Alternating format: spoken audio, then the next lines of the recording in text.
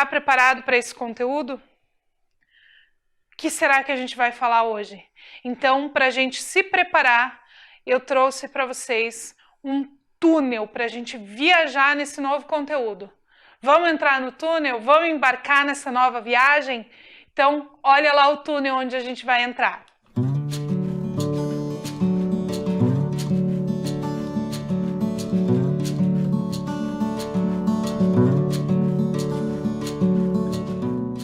Agora que a gente já entrou no nosso túnel de viagem do ensino religioso, a gente vai falar sobre ancestralidade e tradição oral.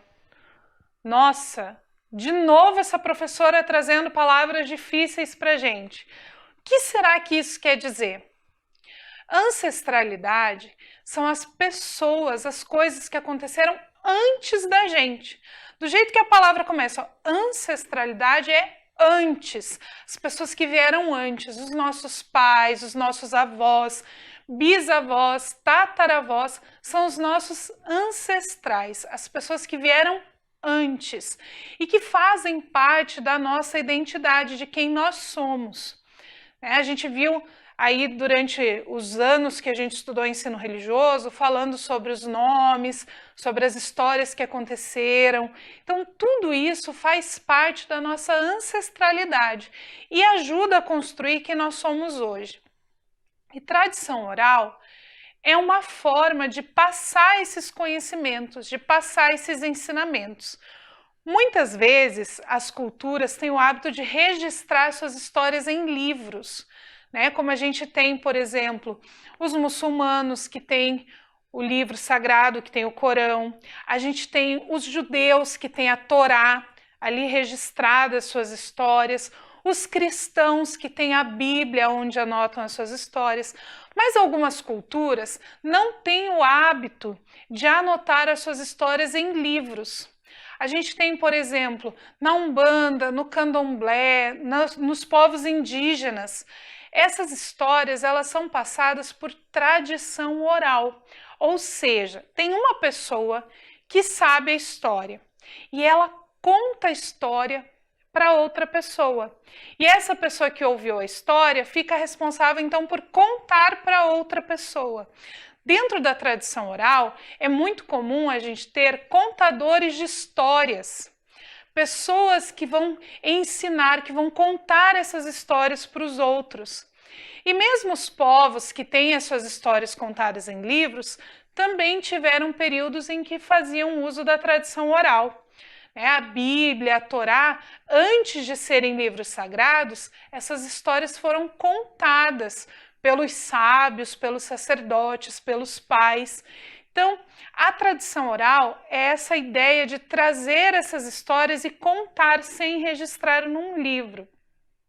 Para a gente ver um pouquinho sobre como mudou o mundo durante esses períodos, eu trouxe uma história para vocês. A gente vai começar então ouvindo uma história.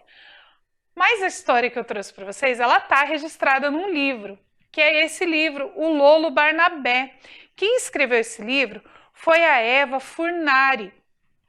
E ela escreveu esse livro para mostrar para a gente um pouquinho da tradição oral e de como que o mundo foi mudando. Eu trouxe essa história anotadinha num papel aqui, porque eu não consegui trazer o livro. E a gente vai olhando nos slides algumas fotos, algumas figuras que vão ajudar a gente a compreender essa história. Só antes de eu começar a ler, eu tenho um pedido para fazer para você. Toda vez que eu ler a frase "eram muito felizes", vocês vão dizer "mas nem tanto". Então, toda vez que a prof falar "eram muito felizes", vocês dizem "mas nem tanto". Certo? Vocês vão ver que essa frase aparece várias vezes durante o texto. Vamos começar a nossa história? Então, Lolo Barnabé, da Eva Furnari. No tempo em que as pessoas moravam em cavernas, existia um homem muito criativo e inteligente, chamado Lolo Barnabé. Aos 20 anos, Lolo casou-se com Brisa. Ela também era como ele, criativa e inteligente. Casaram-se por amor, muito amor.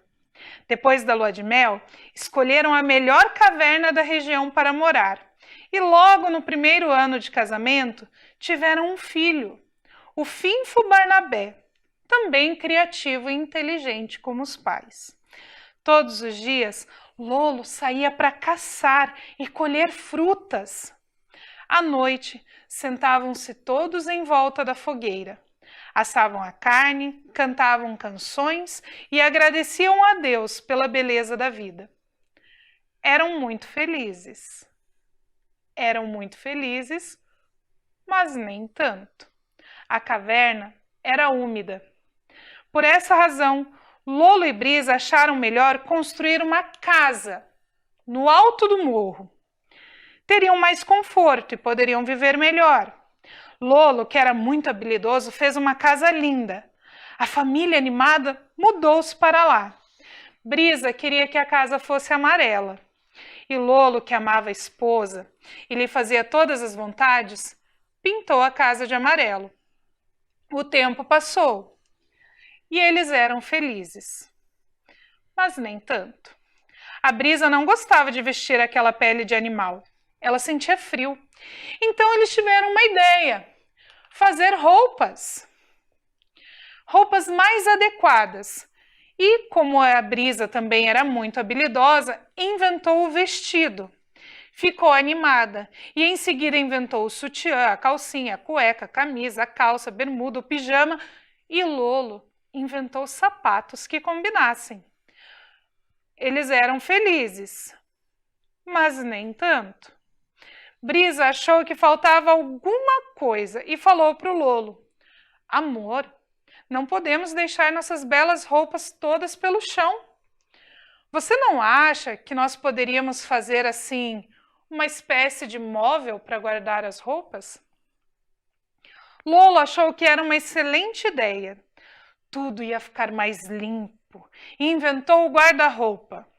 Como era muito habilidoso, fez um grande armário de cerejeira cheio de gavetas, portas, puxadores cromados. Finfo adorou. Já tinha um lugar para se esconder quando brincasse de esconde-esconde com o pai. Todos eram felizes, mas nem tanto. Lolo tinha feito uma bagunça danada para construir o armário e a Brisa ficou irritada. Lolo, então, para acalmar a mulher, inventou a vassoura e achou que era melhor já fazer uma oficina longe da casa para não atrapalhar a felicidade do lar. E fez. Todos ficaram felizes, mas nem tanto. No lar havia problemas. Finfo acordava sempre com o pijama sujo depois de dormir no chão. Brisa discutiu a questão com Lolo e eles acharam que poderiam construir uma espécie de coisa assim, de madeira, com 4 pés, macia por cima. Ia ser muito mais confortável e a vida deles ia melhorar. Lolo pensou bastante, trabalhou muito e inventou a cama. Como todos sabem, Lolo era muito caprichoso e já inventou a cama com colchão, lençol, cobertor e travesseiro. Brisa ficou encantada, principalmente com o travesseiro. Era a coisa mais macia do mundo. Todos ficaram felizes, mas nem tanto. Como eles almoçavam e jantavam em cima da coisa macia, a cama, estavam sujando muito os lençóis. Lolo então inventou a mesa. Todos ficaram felizes, mas nem tanto. Acharam muito desconfortável comer em pé.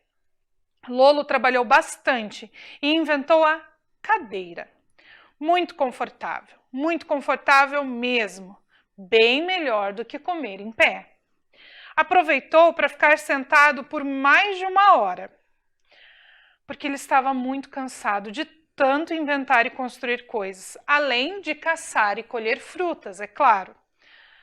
Todos ficaram felizes, mas nem tanto. Brisa estava achando que cozinhar na fogueira dava muito trabalho e eles não queriam mais trabalhar tanto. Se inventassem algo mais prático, teriam mais tempo para ficar juntos e se divertir. E descansar também. Então inventaram o fogão a gás. Todos ficaram felizes, mas nem tanto. Lavar roupa lá fora no frio também era uma coisa muito dura. Brisa e Lolo queriam facilitar essa tarefa. Pensaram muito e inventaram a água encanada e o tanque. E já que tinham inventado a água encanada, inventaram logo também o banheiro. Deu muito trabalho, porque eles não gostavam de ir no mato à noite no frio. O Lolo já trabalhava 8 horas por dia, inventando e construindo coisas, e apesar do cansaço, o resultado compensava. O banheiro tinha ficado maravilhoso.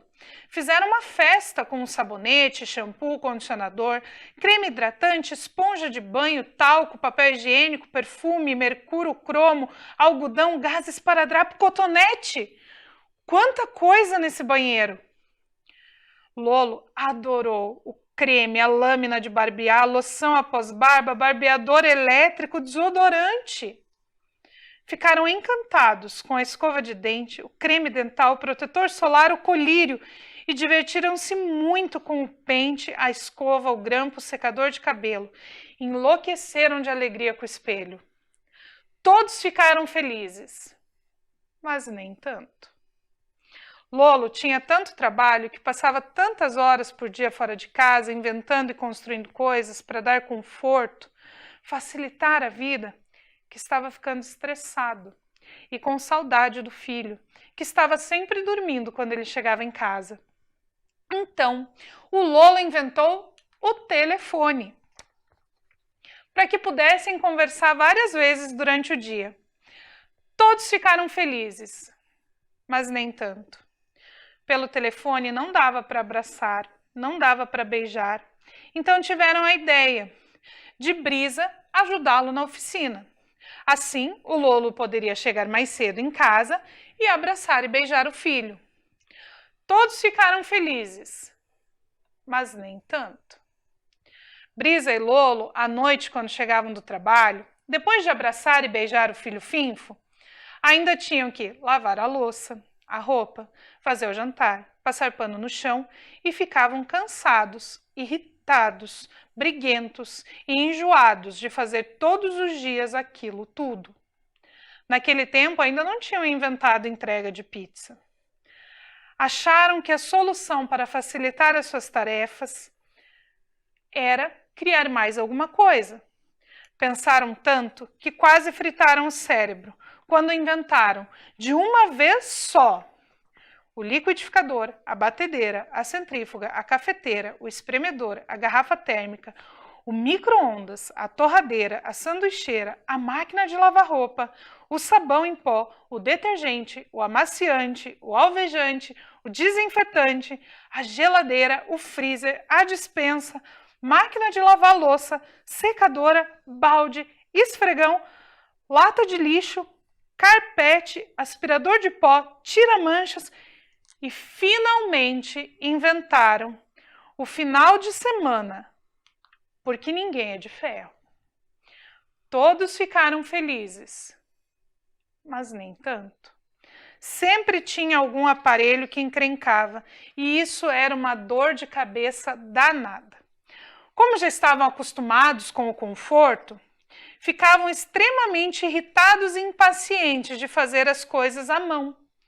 Coisinhas como lavar a louça, lavar a roupa, bater ovos. Além do mais, a família Barnabé agora era chique. Sempre estavam bonitos e elegantes. Não queriam mais andar vestidos de qualquer jeito, com a roupa amarrotada. Não ficava bem. Então eles inventaram o ferro de passar. Todos ficaram felizes, mas nem tanto. Dava um trabalho danado passar roupa. E Brisa não tinha mais tempo, afinal agora ela trabalhava fora. E Lolo, dessa vez, não se sabe por quê, não conseguiu inventar nada. Não conseguiu inventar uma máquina de passar roupa. Deve ter dado um tilt nas ideias dele. Mas é compreensível, porque afinal ele também é humano e às vezes falhava. Lolo ficou deprimido, pensativo. Mas a mulher foi compreensiva e arranjou uma solução. chamou a sua prima para vir todos os dias passar roupa. Era uma ótima ideia, porque assim ela também podia fazer as outras tarefas da casa. Aí a Brisa teria mais tempo para inventar coisas na oficina. A prima queria alguma recompensa por trabalhar na casa, então eles inventaram o dinheiro e deram para ela um salário. Como era pouquinho, chamaram de salário mínimo. Todos ficaram felizes, mas nem tanto. Finfo ficava o dia inteiro sozinho, sem a mãe, nem o pai por perto. Sentia-se infeliz.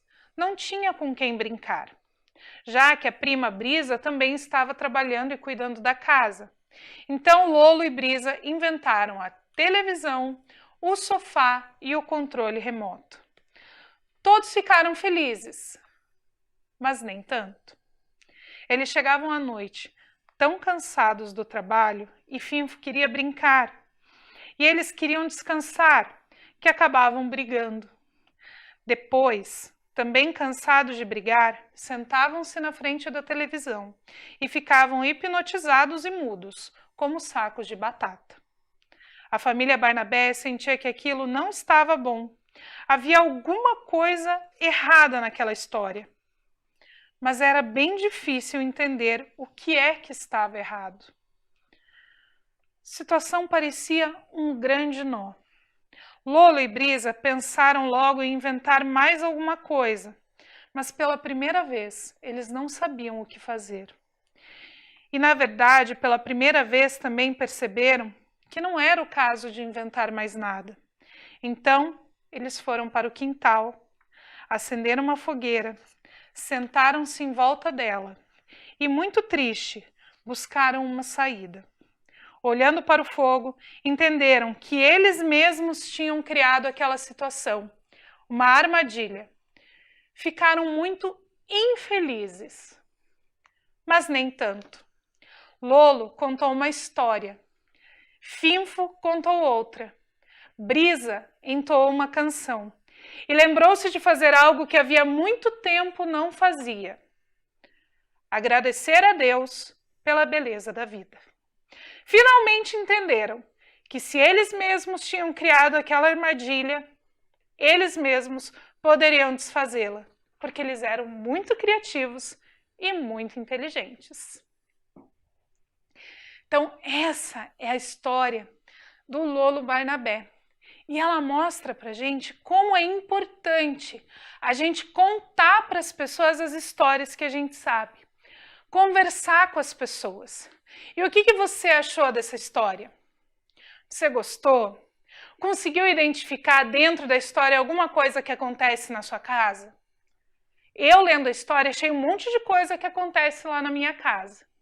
Porque a gente trabalha o dia todo, a gente fica nessa correria, e agora que a gente está ficando mais tempo em casa, está sobrando um pouquinho de tempo para a gente contar as nossas histórias, para a gente conversar com as pessoas que a gente ama, para a gente falar com as pessoas que moram com a gente e até conversar com o cachorro, com as plantinhas, por que não? Então agora você vai pegar o seu caderno, aquele caderno que a gente tem, lembra?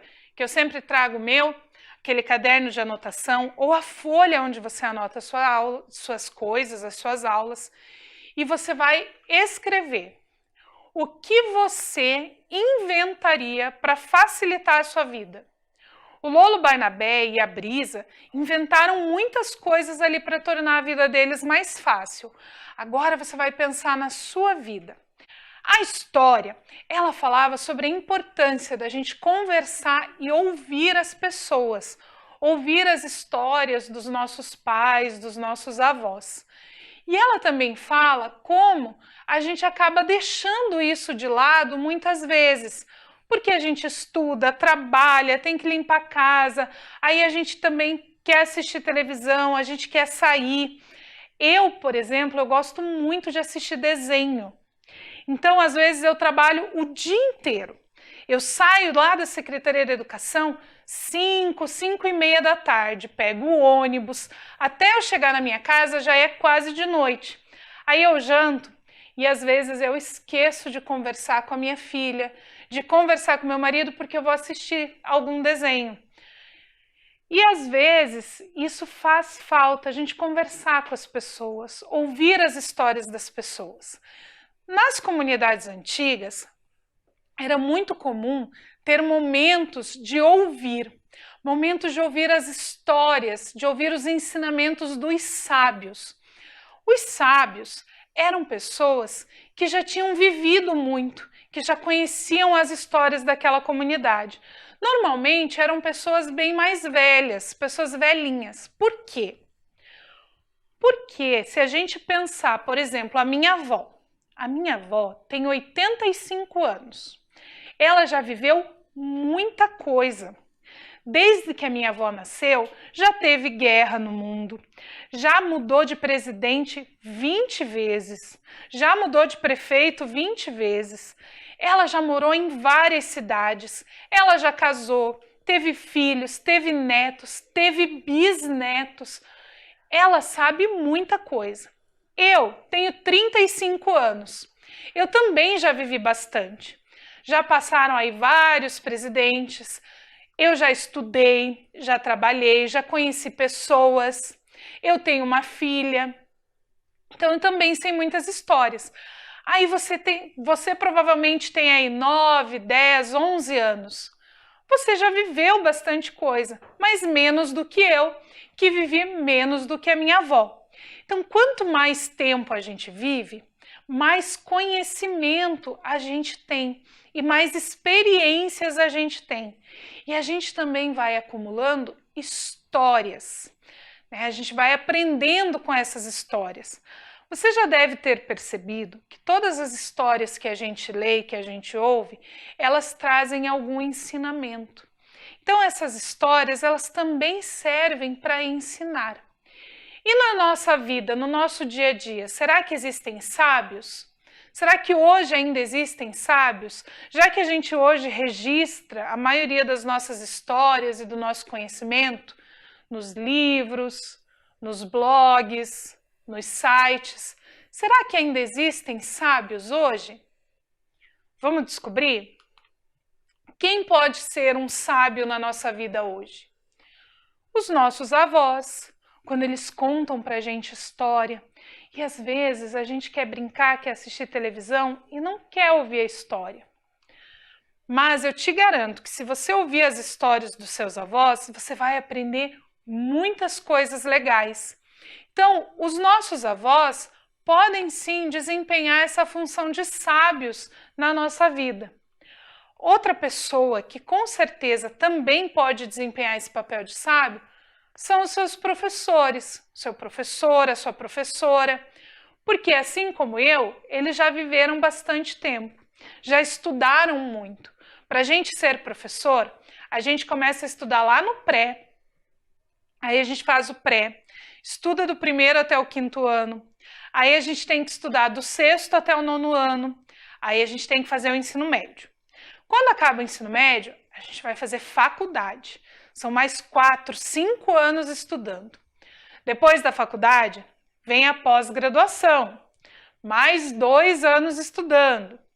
E aí, o professor é uma pessoa que nunca para de estudar, porque ele faz pós-graduação, ele faz curso, ele assiste um monte de aulas em vídeo, ele vai para os cursos, ele às vezes até viaja para assistir um curso. Então, o professor, ele também tem muito conhecimento para passar e também pode desempenhar esse papel de sábio no nosso dia a dia. Outra pessoa que pode desempenhar o papel de sábio no nosso dia a dia são as pessoas idosas da comunidade. Às vezes não é nosso vô, nossa avó, é uma vizinha, uma pessoa lá da igreja, uma pessoa lá do terreiro, uma pessoa lá do templo que tem esse conhecimento. As pessoas mais velhas, elas têm muita coisa para ensinar para a gente. E às vezes esse conhecimento ajuda muito. Por exemplo, eu tenho certeza que já aconteceu com você, de você estar com um pouquinho de dor de barriga em algum momento, e uma pessoa mais velha te ensinar um chá para tomar. Aquele chazinho não deixa a gente com a barriga melhor? é o conhecimento que essa pessoa tem e que ela passa para a gente, mesmo sem ser a nossa professora, sem ser essa a função dela, a profissão dela. Esse conhecimento ele é muito importante. Então, as pessoas mais velhas da comunidade também podem desempenhar esse papel de sábio. Uma outra pessoa que pode desempenhar esse papel de sábio é o líder religioso. O líder religioso, você já deve ter aprendido aí nas aulas de ensino religioso em outros anos, pode ser o padre, o sheik, a mãe de santo, o monge. Existem aí uma infinidade de líderes religiosos e eles também desempenham esse papel de sábio porque eles conhecem muitas histórias da nossa religião. Então eles também podem ensinar muitas coisas para a gente. Uma outra pessoa que às vezes a gente não quer admitir, mas pode desempenhar o papel de sábio, é o nosso irmão mais velho. Ele também já viveu mais do que a gente e também tem muitas histórias para ensinar e para contar. Outra pessoa bem importante que também desempenha essa função são os nossos pais, as pessoas que são responsáveis por cuidar da gente, que também viveram bastante e têm muito a nos ensinar. Enfim, há muitas pessoas que podem nos ensinar muitas coisas. E muito conhecimento que não está nos livros. Esse conhecimento ele é passado pela tradição oral, que é justamente o contar essa história, o ensinar sem registrar num livro. Então agora, para a gente pensar aí em tudo que a gente viu na aula de hoje, pega o seu caderno, pega a sua folha e você vai pensar em tudo que você tem, todas as coisas que você tem aí na sua casa, tudo que é seu. Pensa aí, o que tem lá no seu quarto? Um tênis, um chinelo, uma camiseta, o seu caderno, a sua cama. Cada criança vai pensar no que tem aí na sua casa, tudo que você tem. E a sua atividade hoje é pensar nisso e registrar aí no seu caderno qual das suas coisas você trocaria por um ensinamento de alguém da sua família.